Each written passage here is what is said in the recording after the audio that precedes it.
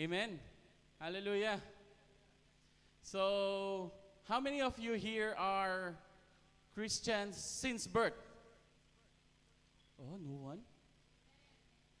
Can I see those hands? Christians since birth? Wow. Many from our African brothers are Christians since birth. Amen. Who among you here are Christians from 20 years ago? Yeah. Amen. Hallelujah. From 10 years ago? Ah, 10 years ago, yes. 5 years ago? Or just recently? Yeah, recently you're Christians. But the question is, do we really understand the commandments or the what we call mandate to all of us Christians? What mandate, Pastor? What are you talking about, mandate, Pastor? Hallelujah. So did you ask yourself about the two ordinances that were given to the believers of Christ? Yeah, Pastor, why you're good getting deeper immediately? Huh? No, this is very important. So, I believe we have done water baptism last Wednesday also. Amen. But most of us, praise God, those people who attended or participated recently in all our water baptism that we conducted here in the church, we make sure that those people really understand what water baptism is. So today, we will talk on this, water baptism. Amen. So it's okay with you? I pray that this will be a great day for all of us to learn on what is the significance, amen, of water baptism.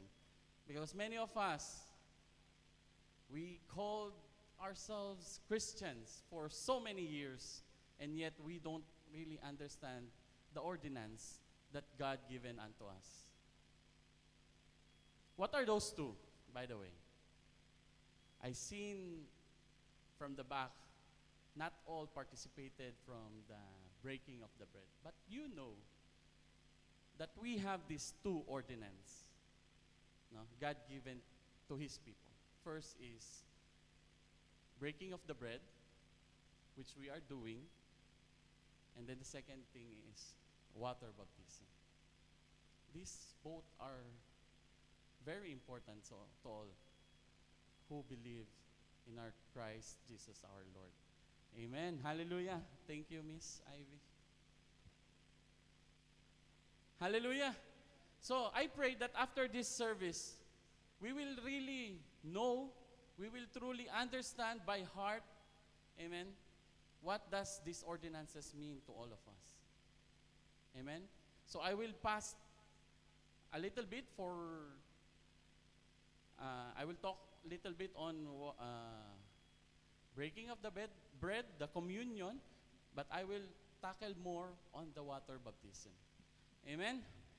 Hallelujah. So, can I ask all of you to please stand and pray for me? Amen. Let's pray for one another as we receive the message of the Lord. Hallelujah. Can we give our best clap of praise to our God? Hallelujah. Yes, Lord, we thank you, Lord God, for this day, Lord God, that you've given unto us. Lord, thank you, Lord God, that you made this day possible, Lord God. Truly, this is not an accident that we are all here. Even to me, Lord God, this is not accident, Lord God, that this week, this month, Lord God, we are preparing, we are, Lord God, waiting for this day, Lord God, we can truly understand what is baptism is, Lord. Lord, I pray, Lord God, that you will become our teacher for this day, Lord God.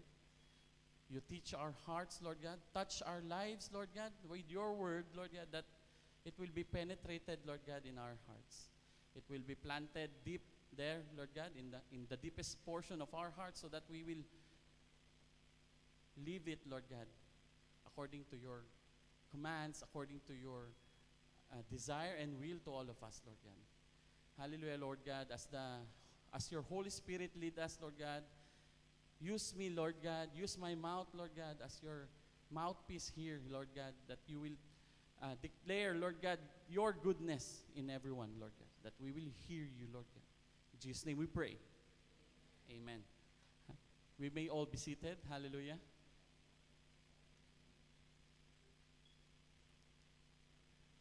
Amen. So do you know where baptism came from? The word. So the word baptism came from a Greek word baptizo. Amen. And it comes from ancient coined Greek word baptizo, which literally means to dip, to plunge, to immerse, or to submerge. And in Hebrew, there's a Hebrew word for this, tevila. Tevila. Amen. So today we will talk about the biblical concept of water baptism. Amen. We might have knowledge, amen, about water baptism. We might have experience from our past water baptism. But right now, we will talk more on the concept, the biblical concept of water baptism. Amen? So, are you with me? Hallelujah. So, for those note takers, amen, bring out your notebooks. Hallelujah. So, many churches practice and taught that water baptism is an act or one of the requirement for membership, for a church membership. So maybe you have experienced it in yourselves or in your past, during your younger years, or even right now, you might encounter some of the churches that are offering membership just to have baptism. But it's a no. Amen? What does the biblical meaning of, what is the biblical meaning of water baptism? So, as I've told you, it is a mandate to all who believe, to all who are the followers of the way. The way. Jesus Christ is the way. And to all who obeys, who? Jesus Christ. Amen? And it is mandated to all who receive Jesus Christ as their Lord and Savior. Can I see those hands who is a believer of Jesus Christ? Amen. Amen. Most of us believe. Amen. And I pray that all people here in this church will truly believe Jesus Christ as their Lord and Savior. Amen? And put their faith on Him alone. Amen? So once you are considering yourselves as a Christian, a believer, a follower of Christ, you are mandated to be baptized when you receive Jesus. Amen? So two things that we will discuss today.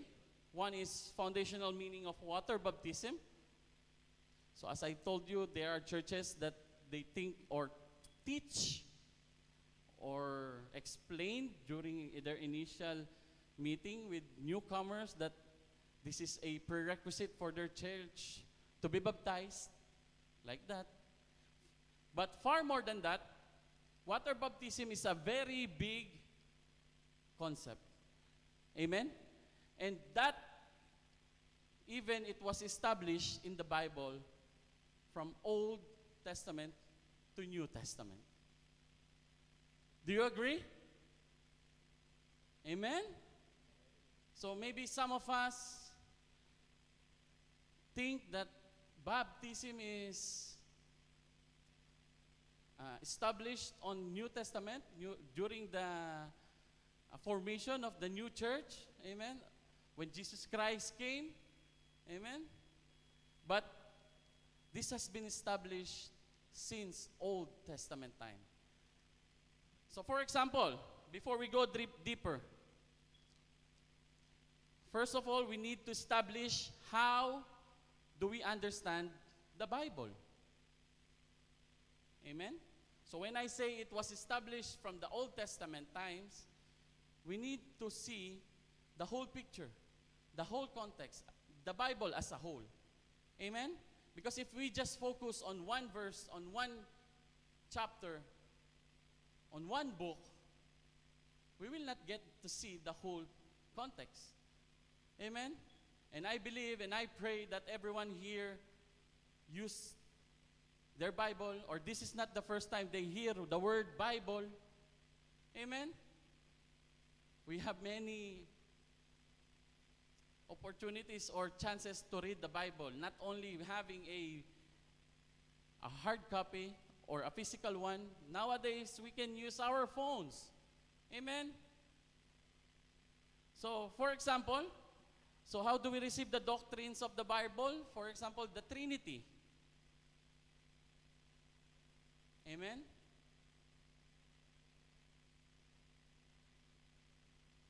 It is saddening, nakakalungkot, to know that the Trinity is not yet clear to everyone who believed in Jesus Christ our Lord. But, yes, it's true that, Pastor, I just first heard Trinity from you. It's sad. Because many preachers, many teachers of the Bible has been using the same phrase, the same word. Meaning, Trinity, what does Trinity means? Triunity, right? The Father, God the Father, God the Son, God the Holy Spirit. Yes, it might not be literally seen in the Bible. You cannot see the word itself, Trinity. But the context, the Bible is very clear in explaining the Trinity to all of us. Amen? So, how do you know what is Trinity? Trinity is God the Father, God the Son, and God the Holy Spirit. That is the foundation. Amen? That is the foundation of ICF Church. Amen? We believe in Trinity. Hallelujah? So we have three distinct persons. When I say three distinct persons, God the Father, God the Son, God the Holy Spirit. Three distinct and unique persons, yet one God in essence. Amen. To those who are reading their Bibles, yes, do you agree that you cannot see the word Trinity? Amen? Now is the time to read the Bible, my dear brothers and sisters. You are not, your eyes are like blind. We cannot see the word Trinity, yet the Bible clearly shows, explain that there is three person, unique person, yet one God in essence. Hallelujah? So this doctrine of Trinity in the Bible that you cannot read literally, you can find word per word, but if we study the concept, Trinity is there from Old Testament up to the New Testament. Amen? That's why many people are confused. Many people will have doubts. Many people will say Jesus Christ came after Malachi. Wrong. Jesus Christ is there from the very beginning. Amen? So let me read you Matthew 3.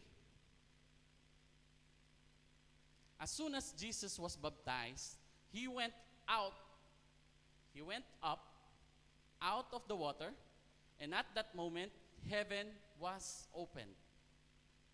Matthew 3, verse 16. And he saw the Spirit of God descending like a dove and alighting on him. And a voice from heaven said, "This is my Son, whom I love. With him I am well pleased." This is a great example of our doctrine. Amen? the Trinity itself. How? Jesus Christ was there asking for John the Baptist to get him baptized. Physical. God the Son. Amen? Jesus Christ. God the Son. And right after the baptism of Jesus, what happened? The heaven was opened. He saw the Spirit of God. God, who is this? God the Holy Spirit. Like a dove, alighting on Him. Dumapo sa ating Panginoong Jesus. Goes to our Lord Jesus Christ. And that doesn't stop there. From that very moment also, Matthew 3 verse 17, a voice from heaven said. So where does this voice coming from?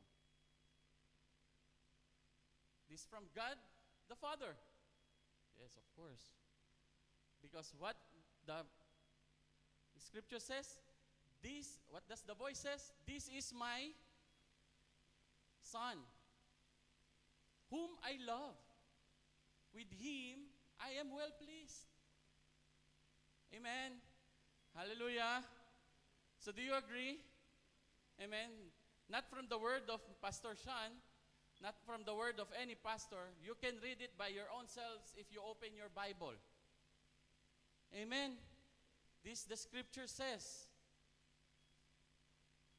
Hallelujah. Amen.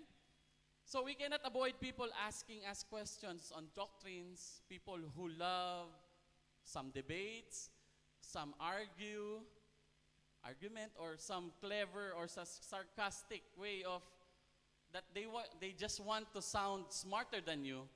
But my dear brothers and sisters, we need to be ready. Amen. To stand up on our faith. We need to be ready. Because what I'm saying is, those people are there around, roaming around like a lion and ready to devour you and ready to give confusion on you. Because if they will ask you, what is Trinity? Wait, I will call Pastor. That's not possible, always. But if it's possible for you to invite that person who is asking on your faith, who is questioning your faith, and it's okay for him to bring in the church, maybe it's okay. Amen? But what I'm saying is we should be ready in season and out of season. Amen? Ready to stand in our faith. That's what I'm saying. This is what we are talking about right now is the foundations of our faith to our God. Amen? So, we need to look and understand the baptism also on this concept. Amen? So, when I say we need to look at it, whole picture. Amen? Hallelujah? Because if we just focus on here, maybe we will get confused. But what I'm saying is, the significance of baptism in the Old Testament up to the New Testament, we will have an opportunity to know today. Amen? Hallelujah? So the doctrine of Trinity and its concept are clearly emphasized in the Bible. As we interpret the Bible, it is not because we cannot read word per word in the Bible, or you will not, and then you will not believe it. So this is also one of the foundations of our faith to our God. So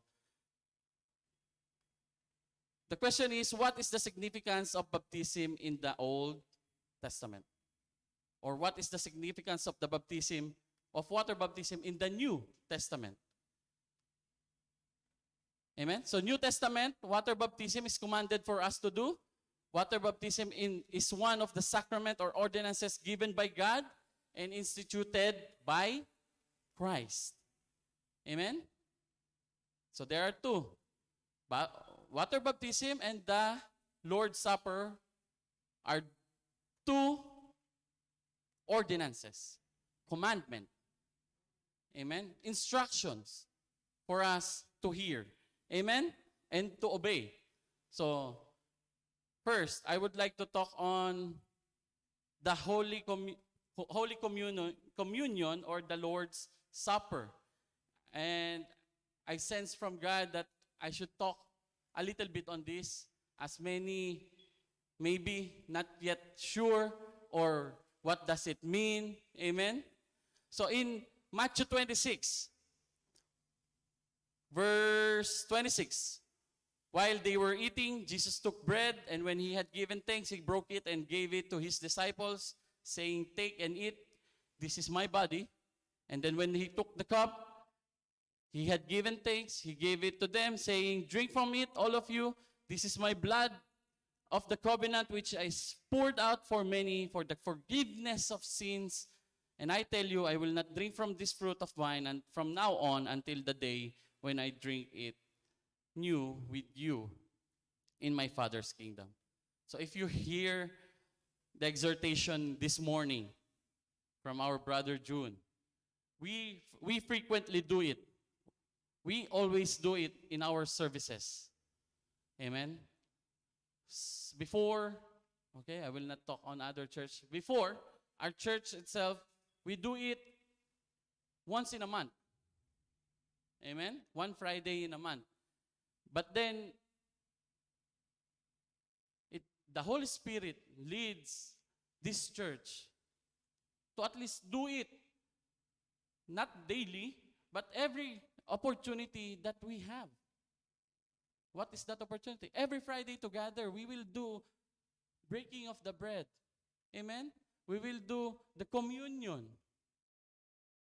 Because that is God's commandment to all of us.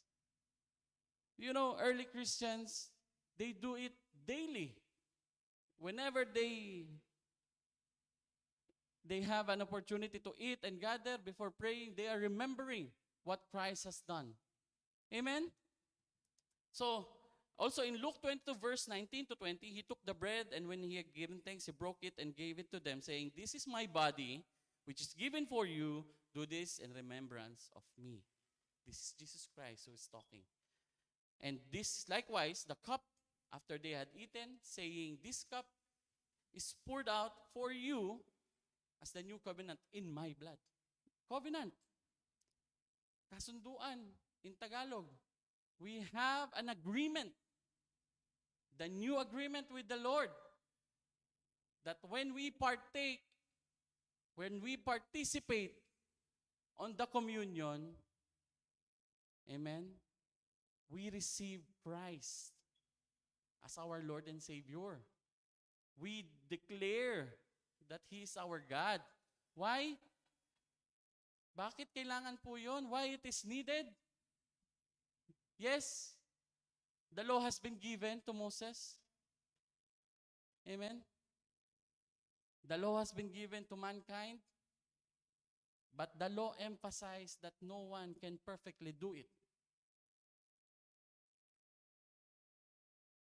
And we need a Savior because we are on the way to death. We are on the way to hell because no one can perfectly do the law. Amen? So we need a Savior. Law emphasizes that Jesus Christ alone can fulfill. And in that new covenant, the old covenant is the law. The new covenant is Jesus Christ fulfilling the law, dying for all our sins, for your sins, for my sins. And this new covenant is accepting Jesus, who alone is the perfect Lamb. Amen. Since you cannot do, you need someone who can do it for you. And He died for you on the cross. He did not sin, yet He died for you and for me, just to pay the penalty for the wages of those sins. Hallelujah! Amen. And now we will talk on the water baptism. Matthew 28. Who can recite? Yes, I know many, but I don't want to maging magulo. I will read it for you. Matthew 28, verse 18. Someone raising hands there. Okay. Then Jesus came to them and said, all authority in heaven and on earth has been given to me. Therefore, go and make disciples of all nations, baptizing them in the name of the Father, and of the Son, and of the Holy Spirit. Verse 20, and teaching them to obey every commandment. For teaching them to obey everything I have commanded for you. And surely I am with you always to the very end of age. This verse also speaks on the Trinity earlier that we are discussing. Right? Agree? Baptizing them in the name of the Father, the Son, and the Holy Spirit. Hallelujah. This is Jesus Christ talking to his disciples. All authority in heaven and on earth has been given to him, to Jesus Christ. Amen? The word baptizing is there. Yes? It was commanded to us. Amen? Go make disciples, baptize them. Hallelujah. And I will just quickly read this Romans 6. Or don't you know that all of us who were baptized into Christ Jesus were baptized into his death? We were therefore buried with him through baptism into death, in order that just as Christ was raised from the dead through the glory of the Father, we too may live a new life. So I just quickly read it. Later on, we will discuss further. Amen? Hallelujah. So these are the two sacraments or ordinances given by God and instituted by Christ. What is it again? Lord's Supper, or breaking of the bread, or Holy Communion, and water baptism. Amen. Did you wrote it down? I think those who attended the baptism have initial details. Amen. So because this is all part of the seminar that happened last Tuesday by our head pastor. Amen. So if you can check their notes, I know they note it. Right? Tony? Amen. Hallelujah. So these are the visible signs and seals that we are bound together as a community of faith by Jesus' death and resurrection. Amen? So by our use of them, the Holy Spirit more fully declares and seals the promises of gospel to all of us. Amen? So basically, it is Jesus who commanded his disciple before he ascends into heaven. It was Jesus who gives a command. These two sacraments of ordinance are very important. Why? As I've heard, physical obedience with spiritual significance. Amen? Even the breaking of the bread or the communion, it is commanded to all of us during the Last Supper. Amen? Don't read it as a statement of somebody else. Don't read it as just a text. When you read the Bible, read it as God, as Jesus Christ who is speaking. If it is Jesus Christ who is speaking with you, do this in remembrance of me. Are you going to do or not? Amen. Hallelujah. Hallelujah. Somebody answered. Praise God. Somebody agreed. Praise the Lord. Amen. So now, when we are talking about baptism, we should not deal with just a quick or high-speed statements. Not only because it was written in the Bible from the Old Testament or I read it in the New Testament, but because it was expressed in the Bible as a whole. Amen? So it was expressed in the Old Testament and it was also expressed in the New Testament. So by the way, I'm speaking more on Old Testament, New Testament. Do you know which is Old Testament and which is New Testament? So the Bible is cut into two. Cut into half. No. There's Old Testament. From Genesis to, I heard something, Matthew. Okay, you just skip or overread. Matthew is the first book in the New Testament. And it will end to Revelation. Amen. Hallelujah. So there is a beauty in reading the whole Bible and interpreting it as a whole context. Amen. And we can understand the whole picture of the Bible, what God has planned and designed. Amen. That is slowly being fulfilled. You are just like reading a novel, more or greater than novel. If you read the Bible, prophecies after prophecies after prophecies, after miracles, and it's slowly fulfilled by who? By Jesus Christ, our God. He himself fulfilled, amen, those prophecies that were given to prophets. Amen? To those biblical heroes that we know. That's the beauty of reading the Bible, my dear brothers and sisters. God has prepared from the very beginning, amen, the prophecies in the Old Testament and has come into reality by fulfilling by our Lord Jesus Christ in the New Testament. If you are not yet encouraged to read your Bible, I don't know how. Amen. Hallelujah. So in the Old Testament, the concept of baptism was already there. You can read it in Exodus 3. Amen. Exodus 3. It says, it was called Proto-Evangelion.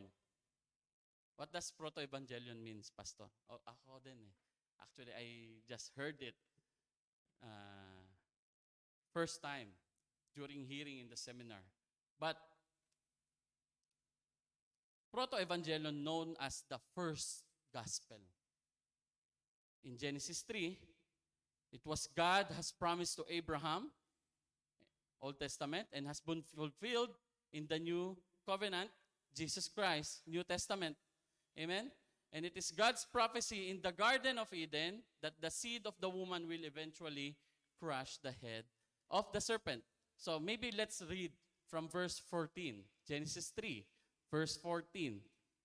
So the Lord God said to the serpent, because you have done this, cursed are you above all livestock and all wild animals. This is God who's speaking to the serpent, the devil, the deceiver, whatever you want to call him. Amen? Cursed are you above all livestock and all wild animals.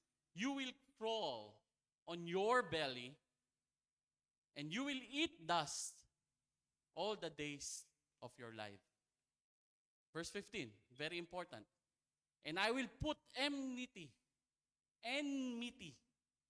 between you and the woman, and between your offsprings and hers. He will crush your head, and you will strike his heel. Amen. It is God's prophecy in the Garden of Eden that the seed, amen, that the seed of a woman will eventually crush the head of the serpent. So who is the, amen? Who is the seed of a woman? It's very important theology. Seed of a woman. Why, Pastor, woman? Virgin birth. Who else has a virgin birth? It's Jesus Christ only, right? That's why seed of a woman. Imagine first book of the Bible says enmity between you and the woman. seed of the woman will eventually crush the head of the serpent. Amen? And in this book, in the Old Testament, it has been prophesied after the fall of men, Genesis chapter 3, it is the fall of mankind. You know the fall of mankind. It was shared, I believe, no, if you attended the seminar, it's very important also in teaching the kids. We heard it in our Bible school, stories after stories, Adam and Eve, Garden of Eden, amen? That's what I'm talking about. So when Adam and Eve sinned, when they ate the fruit from the tree of good and evil, which are forbidden from them to eat, correct? Forbidden fruit. Sinumpang prutas. Forbidden fruit. Amen? After they eat the forbidden fruit, they died. Not physically, spiritually. Amen? God created Adam and Eve and put them under His care. Right? Everything has been given. Fish of the sea, birds of the air, and everything that crawls or walks in the land. Amen? It was given unto them to subdue. All needed has been given. Only given one thing. Amen? Not to disobey from God. Amen? And yet, they were deceived. Hallelujah? So that is where they fall to sin. God immediately, but, listen to this, after the man fall from sin, God Himself immediately prophesied that I will rescue you. Amen? Saying, I will send the seed of a woman, which is Jesus Christ, to rescue you. Amen? So who will say Jesus is not here from the beginning? Note your theological background. Note your foundational and biblical. Amen? This is our foundation. I will send the seed of a woman, which is Jesus Christ, to rescue you. It's very clear. We can see there that in the Old Testament, grace is concealed, for they do not know what to come. Amen? And while in the New Testament, with Jesus Christ who died on the cross, grace is revealed. Amen? I appreciate personally knowing or having a Bible, because maybe until right now, even I'm not there in the Old Testament, I will still not know the grace that has been revealed if I'm not reading the Bible. That is the commandment also to all of us. Amen. The Great Commission to all of us to understand this. In our own words, we can use this. In our own, as I heard in the seminar, in our own words, we can teach our little children. In our own words, we can speak to it in our bedroom. We can speak on it while eating. You yourselves is the preacher of the word. Amen? Hallelujah? But if we will not obey the commandment that has the Great Commission that has been given to all of us, I know the word will not be hindered. God will still use people to speak for His glory. Amen? Hallelujah? So the grace has been revealed. Amen. It was revealed to all of us. And then, so what? It should answer the great question, so what? What? Amen? So this is how we approach water baptism. It is not just asking the church that I want to join a water baptism. And where we will go swimming, Pastor? Now we need to go for water baptism. When we go for water baptism, we should reflect that what we are doing as a physical obedience will definitely have and always will have a spiritual significance. Amen? Hallelujah? So what are the significance of water baptism? So first, I just added this.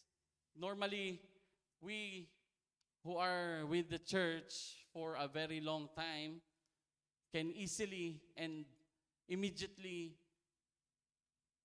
answer to those who are in question like this, that this is a public confession of your faith in Christ. Very easy, right? Right away, we can say it. Right away, we can take it out from our pocket. Okay? When we go for water baptism, there are many witnesses. And we are commanded by Christ to go and make disciples of all nations. This is Jesus tells his disciples in Acts 1, verse 7 to 8. It is not for you, he said to them, it is not for you to know the times or dates the Father has sent by his own authority, but you will receive power when the Holy Spirit comes from you, and you will be the witnesses in Jerusalem, in all Judea, and Samaria. Okay, maybe those words, those countries are not applicable now, but here, and to the ends of the earth. Meaning, to the whole wide world. Amen? So Jesus commanded us, or the disciples, to preach the gospel to the whole world. Water baptism also gives us the opportunity to publicly confess our faith in Christ. Amen. To the world. To the world. Do you agree? Do you all agree? Can I see those who attended our our baptism, water baptism? Amen. Is it publicly? Amen. Literally, publicly, we went to Al Wakra beach. And it's publicly. So this is opportunity to us to publicly confess our faith in Christ to the world. Declaring that Jesus is our Lord and Savior, seeing baptism in public is like preaching to everyone who is in the public, and gives them, amen, seeing this act or our activity, seeing this, gives them the interest. Amen, if interest. Gives them the curiosity. Amen, if it is curiosity. Gets their attention. Not for us. Attention to God. What they are doing. Amen. And it will give glorifying to God. Amen. And we are all praying that maybe by seeing this, it will captivate their hearts. Amen. To what God can offer to them personally. Amen. It is an open declaration that a person is committed to Christ. You know, my own personal testimony, my children is hearing from around. They are telling, they heard from the Indian community and other else, this one, Christian Pilipini. So just by seeing we are praying around, doing the baptism in public, they know immediately, Christian Pilipini. See, public declaration. Open declaration, amen? That a person is committed to Christ. That we are all under God's protection, that we are all under God's guidance, and we are all under God's care. And water baptism is a public pledge of loyalty to our Christ, our Lord. This is not the pledge to the church. Amen? This is not your pledge to the pastors or to brother or to sister, but this is a pledge of loyalty. To who? Christ Jesus alone. Amen. Hallelujah. And did you point it out now? Public confession of your faith in Christ. That is number one, significance. Number two, another significance of water baptism is that now you are already baptized with Christ, that you are submerged in the water, signify that you die from your old self, the old sinful nature died in you, and as you were raised and lifted from the water, you rise with Jesus, and we too live a new life. So number two, significance, cleansing from our sins. Cleansing from sin. Amen? Romans 6:3, we were therefore buried with him through baptism into death, in order that just as Christ was raised from the dead through the glory of the Father, we too may live a new life. Amen? Verse 5 of this Romans 6, for if we have been united with him in a death like his, we will certainly also be united with him in a resurrection like his. For we know that our old self was crucified with him, so that the body ruled by the sin may be done away with, that we should no longer be slave to sin. Because anyone who has died has been set free from sin. That's why the importance of baptism, from the word itself, submerge. The moment you were submerged, amen, of the water, meaning you die. Amen? So maybe, don't get me wrong, huh? Pastor, we will not join baptism. You will kill us. Maybe you will drown us. Can I see those hands who attended about water baptism last Wednesday? No, who joined? Who participated? Yes. Yes. 1, 2, 3, 4. Yes.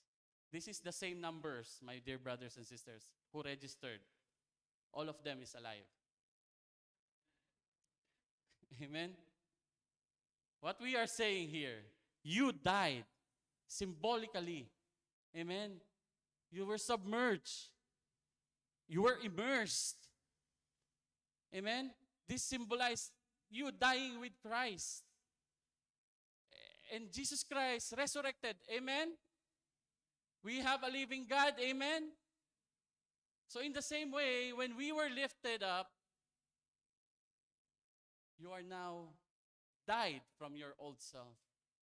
And you are now ready to obey wholeheartedly what God has commanded you. What God has been designed for you to do. What God is longing and excited to see from you to do the good works that has been prepared for you. Amen. Hallelujah.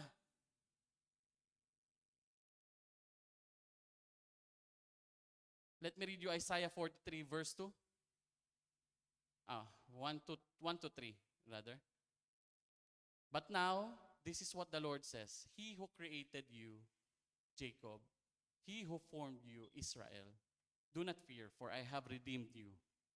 I have summoned you by the name. You are mine.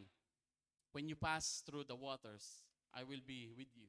And when you pass through the rivers, they will not sweep over you. And when you walk through the fire, you will not be burned. The flames will not set you ablaze. For I am the Lord your God, the Holy One of Israel, your Savior. That is how God promised to take care of all of you, of all of us. Amen? So lastly, for the significance of baptism, first is, it is a public confession of your faith in Christ. Second, it is cleansing from sin. And last, it is the reception of the Holy Spirit. Amen? We read earlier, Matthew 3, verse 16 and 17. Have you still remember? Yes, amen. I will read it to you again. As soon as Jesus was baptized, he went up out of the water. At that moment, heaven was opened, and he saw the Spirit of God descending like a dove and alighting on him. And a voice from heaven said, "This is my Son, whom I love. With him I am well pleased." The Bible is clear that as soon as we believe in the Lord Jesus Christ, we already received the Holy Spirit. Amen? Amen?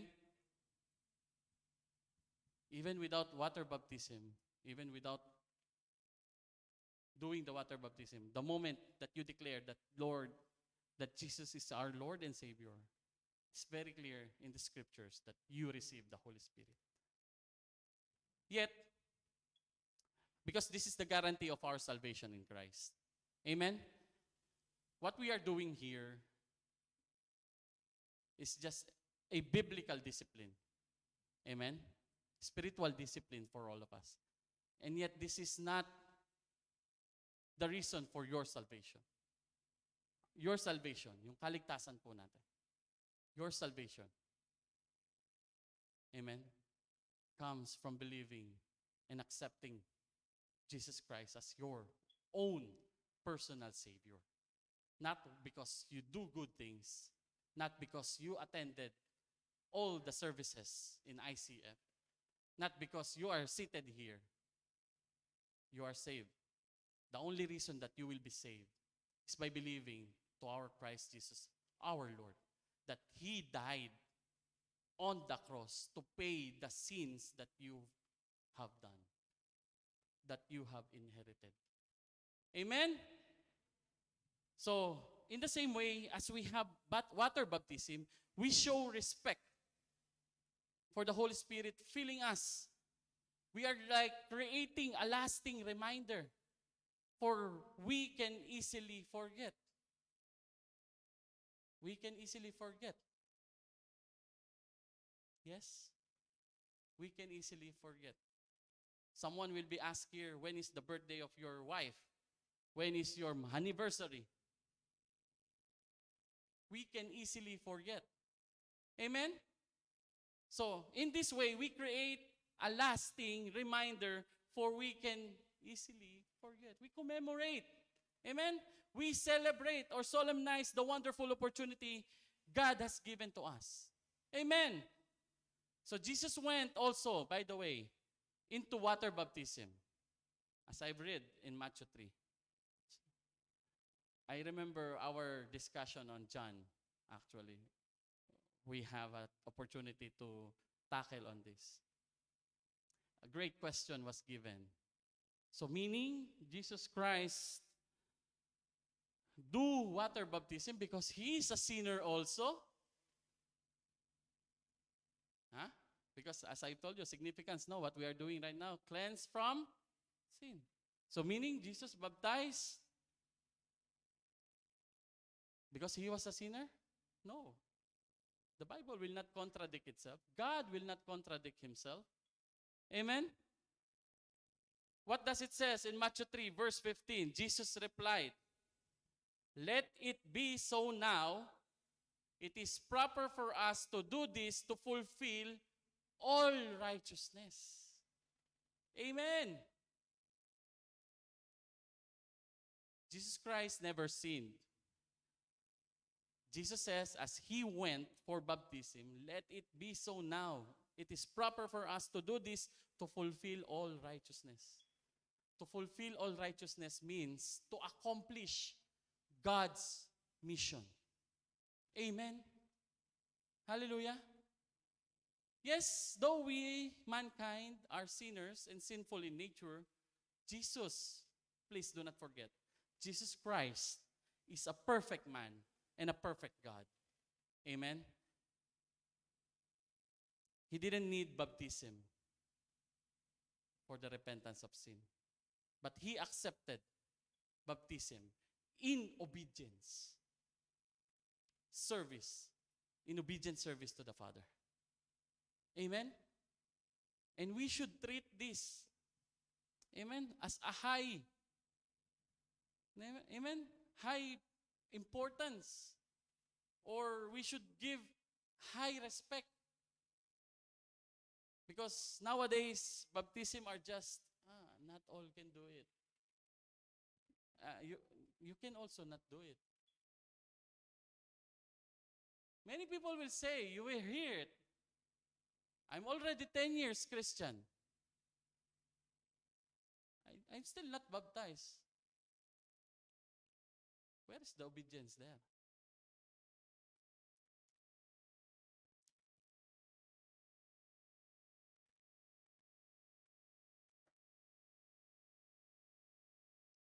When Jesus Christ do the baptism, God showed his approval.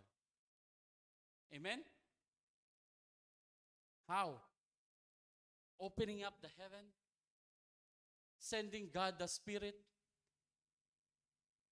God himself speaks. I am well pleased. Amen? Did you see it from the verse itself? So if you call yourself Christian, a believer, a follower of Christ, and yet you are being skeptical, in doubt, on being baptized, on joining breaking of the bread or the communion, maybe you don't really understand the meaning of this ordinance to us. So maybe we learned of something else rather than the biblical view of water baptism. Amen? So don't get me wrong, Pastor is not angry. I'm just sharing. Amen? So we all need to approach or view water baptism on this concept. Amen? It is not just because it is written in the Bible, so we will be participating. There is more than to it, my dear brothers and sisters. God wants to fulfill his promise to you. Amen? That one day, we will live with him. We will enjoy the fellowship with him. Amen? Hallelujah. In their response, in their proper and appointed use, they cannot be too highly to value water baptism. But if abused, or these ordinances, but if abused to purpose for which they were not given, like for example, using water baptism as a confirmation of your salvation, that is wrong doctrine. Amen? Hallelujah.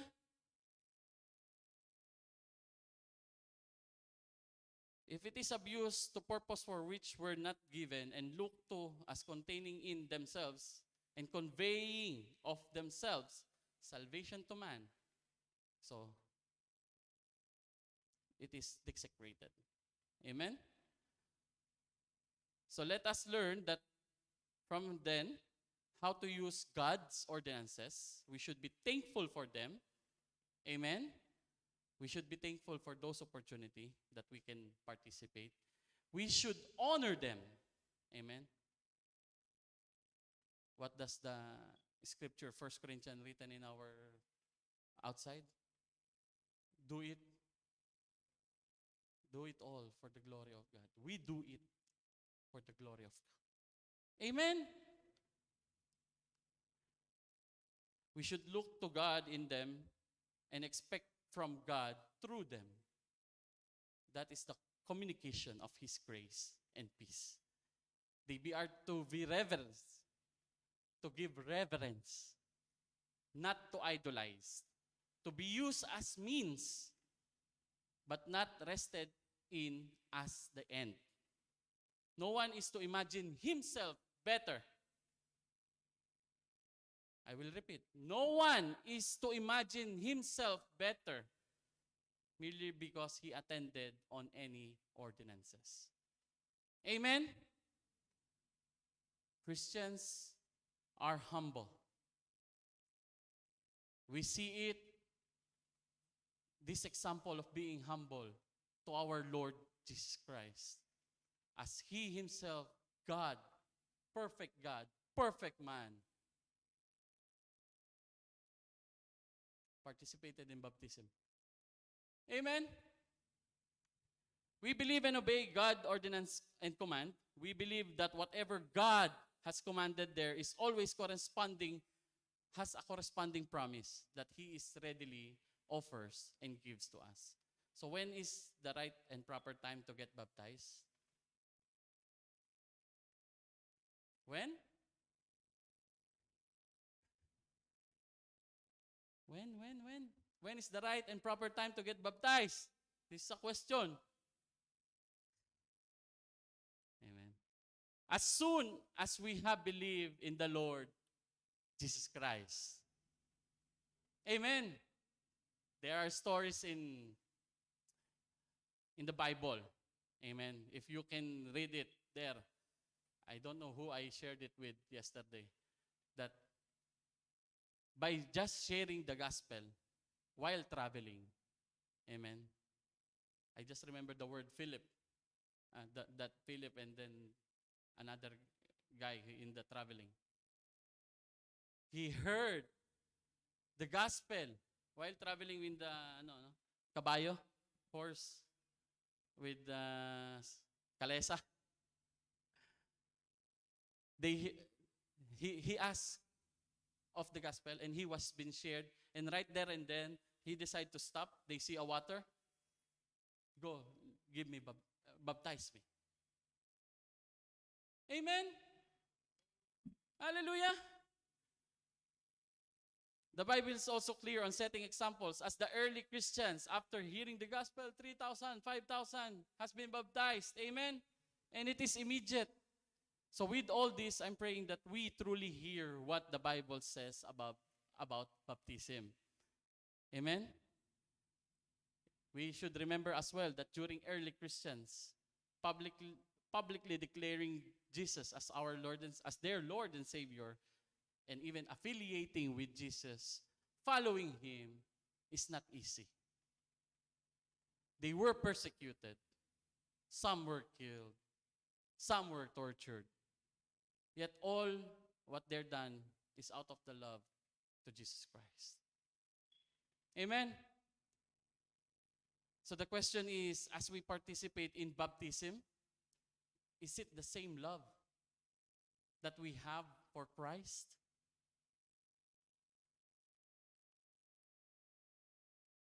Is it still the same love that we have for God and the only reason we do it? I pray that as the people of Christ here in ICF, all will truly understand the meaning of baptism. Not because it's convenient, not because the church offers all kinds of support, from the transport, to the venue, to the drinks, to the snacks, and everything nice. I hope that is not only the reason of our participation, but it should be, the only reason should be because the love and obedience to our one and only Savior, Jesus Christ. So this morning while I'm, secret lang natin. So this morning I am asking, worship team, meron ba? Do you prepare? I didn't send. Okay, so if you're not prepared, I just remember this song while I'm finalizing God's message. Yeah. Actually, this reminds me the song of the Into the Deep. It says here, into the deep, I will go with you, submerge my feet to my head in all of you. As your presence fall, I am drowned in your love. Immerse me. And the chorus says, your love is like a flood, and I'm caught in the current of your living waters. It's your love. Your presence is a flood, and I'm caught in the wonder You have taken over me. You have won my heart. Hallelujah. It is still the love of the Father, of our God. Amen. To all of us. I told my wife while meditating, even the flood, the great flood, Noah. Amen. God given the flood. How? Why? To cleanse the world from its filthy sins. Amen. And yet right now we were given opportunity to cleanse from all those unrighteousness. Amen. Declaring Jesus as our Lord and Savior.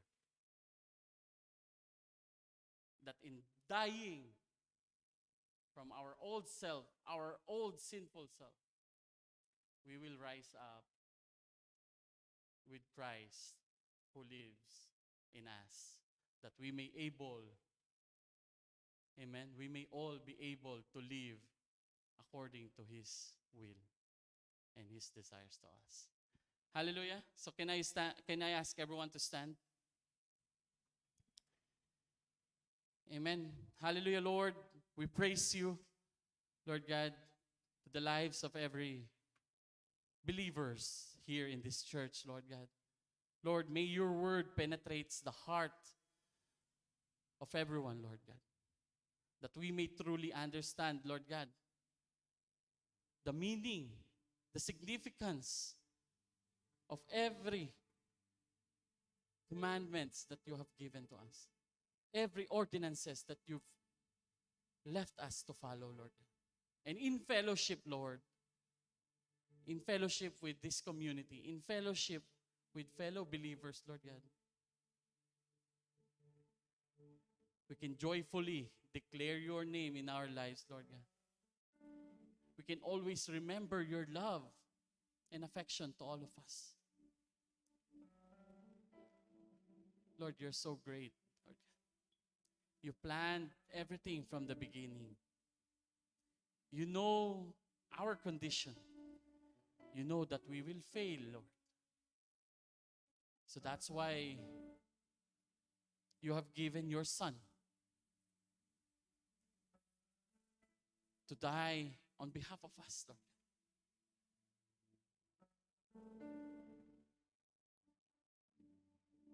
Lord, thank you for giving us every opportunity that is possible to receive you as our Lord and Savior. Lord, we are nothing without you, Lord. We cannot even stay on this faith, Lord God, if it is not for you. If it is not because of you. Lord, it is you who give this faith to us. So Lord, I declare, Lord God, that on the lives of your people here in this church, there will be no more questions, Lord God, on why, on how, on when we will do it, Lord. But we will only do it for your glory alone, Lord. To proclaim your name the best possible way in our lives. Lord, I pray for those people who have the desire.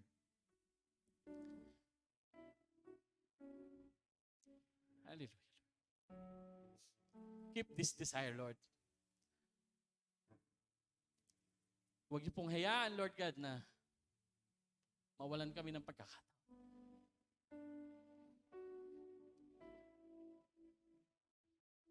Give every opportunity to us. Because we love you, Lord God. We want to follow you. In all of this, we pray in Jesus' name. Amen.